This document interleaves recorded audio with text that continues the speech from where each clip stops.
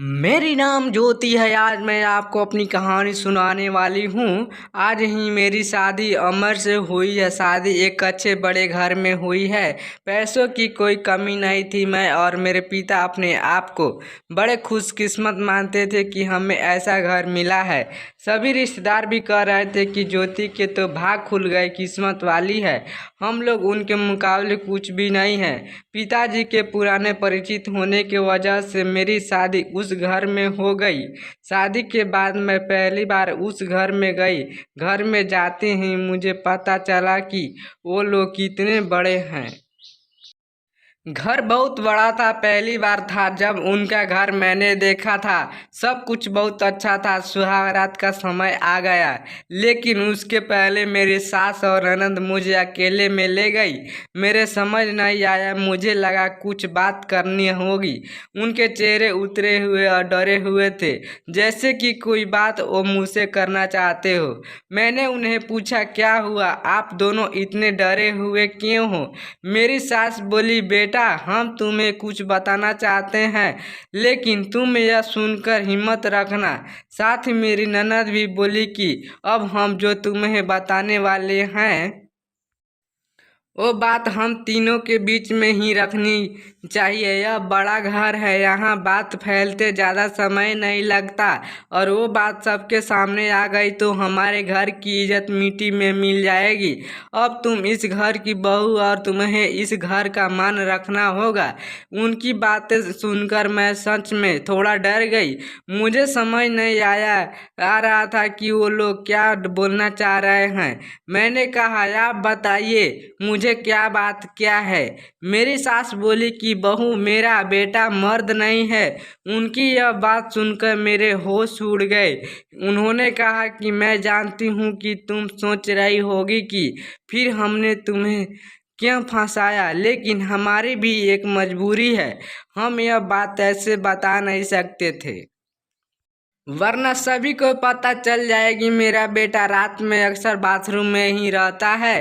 पता नहीं वहाँ क्या करता। जब भी उससे पूछो तो वो यही कहता है कि उसका पेट खराब है। कमरे में जाने के पहले अपने पति के लिए यह बातें सुनकर मुझे समझ नहीं आ रहा था कि मैं क्या करूं। मेरी ननद कहती है कि तुम उससे बात करना, थोड़ा समय उसके साथ बिताओ, फिर उससे खुल कर बात करो। अगर कुछ हो सकता है तो हम जरूर करेंगे। हम तुम्हारे साथ हैं, तुम्हें अकेला नहीं छोड़ेंगे। सुहाग रात वाली रात यह सब सुनकर मैं अपने कमरे में जा रही थी। मुझे अब डर लगने लगा था। मैं कमरे में यही सब सोच रही थी कि मेरे पति अमर कमरे में आए। कमरे का दरवाज़ा बंद किया और दरवाजे से ही पेट पर हाथ लगाते हुए आए। बिस्तर पर मेरी तरफ पीठ करके बैठे और बोले कि उनका पेट खराब है, और कुछ ही सेकंड में वो उठकर बाथरूम में चले गए। बिल्कुल वैसा ही हुआ जैसा कि मेरी सास ने मुझसे कहा था। पेट खराब हो तो थोड़ी देर बाद वो बाथरूम से बाहर आ जाते, लेकिन वो करीब 1 घंटे तक बाथरूम में ही रहे। मैं बाहर चुपचाप अब अपने बिस्तर पर बैठी रही। उन्हें मैंने आवाज़ भी नहीं दी। बस यही सब सोचते सोचते मैं बिस्तर पर लेट गई। करीब 2 घंटे बाद वो बाथरूम से निकले। मेरा अब उनसे बात करने का मन ही नहीं था। मुझे लगा कि मेरे साथ धोखा किया गया। वो भी चुपचाप अपने बिस्तर की साइड पर जाकर सो गए। सुबह मैं अपने आप को खुशकिस्मत मान रही थी, और रात होते होते अपनी किस्मत को कोसने लगी। सुबह मैं जल्दी उठी और बाथरूम में गई। बाथरूम में जैसे ही गई मेरे होश उड़ गए, क्योंकि बाथरूम में एक नई नाइटी थी, साथ ही मेकअप का सामान। यह सब क्या था मुझे समझ नहीं आ रहा था। एक ऐसे इंसान से मेरी शादी क्यों करवा दी?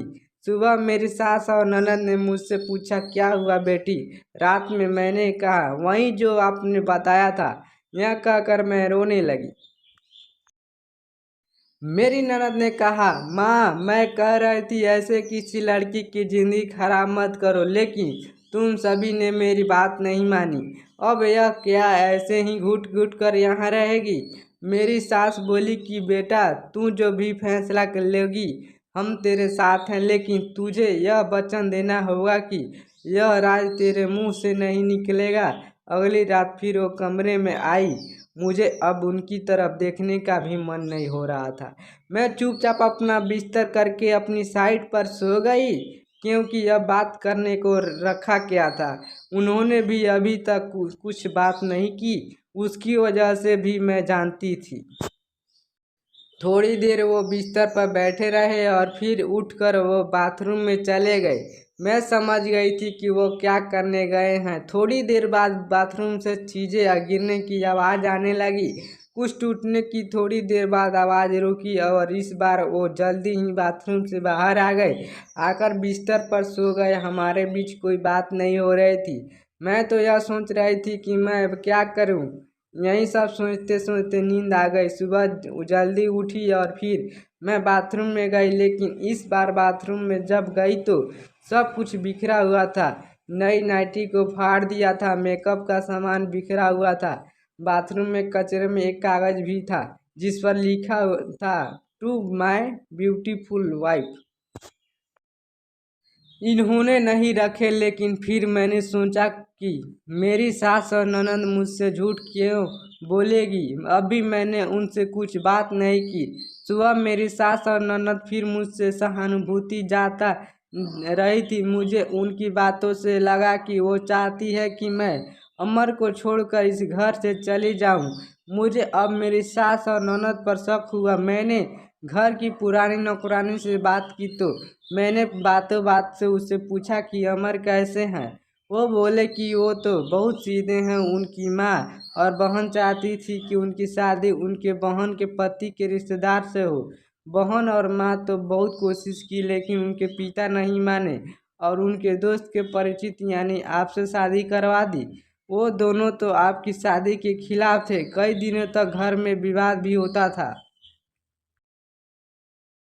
लेकिन तुम्हारे पति अमर ने कहा कि पापा जी बोले वही करते हैं। मुझे अभी अब पता चल गया था कि मेरी सास और ननद मुझे क्यों भगाना चाहते थे। इसलिए उन्होंने मुझसे झूठ कहा था। उन्होंने शायद अमर को कुछ कहा होगा रात। अब मैं अमर से बात करने का इंतज़ार कर रही थी। वो कमरे में आए तो उनका मुंह तो उतरा हुआ था। यह पहली बार था जब मैं उनसे बात करने वाली थी। उनके आते ही मैंने कहा, आप मुझसे कुछ बात करना चाहते हैं। वो बोले, अब बात करने को रखा क्या है। पापा का विश्वास था कि वो घर अच्छा है, इसलिए मैंने माँ और बहन की ना सुनकर तुमसे शादी की और तुमने सच छिपाया। मैंने बोला, क्या सच सच कि तुम मुझसे शादी नहीं करने चाहती थी। घर की इज्जत और पापा के कारण मैं चुप हूँ, कुछ कदम नहीं उठा रहा। और मैंने भी देख लिया, सुहागरात जिंदगी में बहुत स्पेशल होती है, लेकिन मेरे बाथरूम में 2 घंटे रहने पर भी तुम्हें फर्क नहीं पड़ा। माँ ने सही कहा था कि तुम आवाज़ भी नहीं दोगी, बात भी नहीं करोगी। मैंने बोला, बाथरूम में रुकने को उन्होंने कहा था और वो कपड़े और मेकअप वो मेरी बहन ने रखा था। कहा था पहली रात का गिफ्ट है, तुम्हारे लिए बाथरूम में रखा था। मैं उठकर उनके पास गई और उन्हें कहा, आपको पता है उन्होंने मुझे क्या क्या कहा। फिर मैंने उन्हें सारी बात समझाई। कहा कि वो चाहते थे कि हम दोनों में गलतफहमी और हम अलग हो जाएं, ताकि वो जो चाहते हैं वही हो। उन्हें गुस्सा आया, लेकिन मैंने कहा, नहीं, अब हम इस बात को यहीं ख़त्म करेंगे और किसी को कुछ नहीं कहेंगे। उस रात मेरी सारी परेशानी और गलतफहमी दूर हो गई। वो थी मेरी सही मायने में सुहाग रात। अगली सुबह मेरी सास और ननद ने मुझसे पूछा कि मेरा क्या फैसला है, मैं क्या करने वाली हूँ। मैंने कहा कि मैं आप दोनों को माफ़ करके एक नई शुरुआत करना चाहती हूँ। आपको मुझसे कोई शिकायत नहीं होगी। मैं एक बहुत अच्छी बहू बनकर दिखाऊंगी। मेरे चेहरे पर मुस्कान देखकर उनके चेहरे उतर गए। ननद तो उसी दिन अपनी घर चली गई। तो हेलो नमस्कार दोस्तों, मैं हूं विकास मौर्य और आपका स्वागत है मेरा स्टोरी वाले चैनल पे। गाइस, मैं आपको बोलना चाहूँगा, मेरा स्टोरी सुनने तथा देखने को अच्छी लगती है तो प्लीज़ चैनल को दबाकर सब्सक्राइब कीजिएगा, ताकि आने वाले वीडियो को नोटिफिकेशन सबसे पहले आप तक मिलती रहे। मिलते हैं एक और नए स्टोरी के साथ में, तब तक के लिए जय हिंद, जय भारत।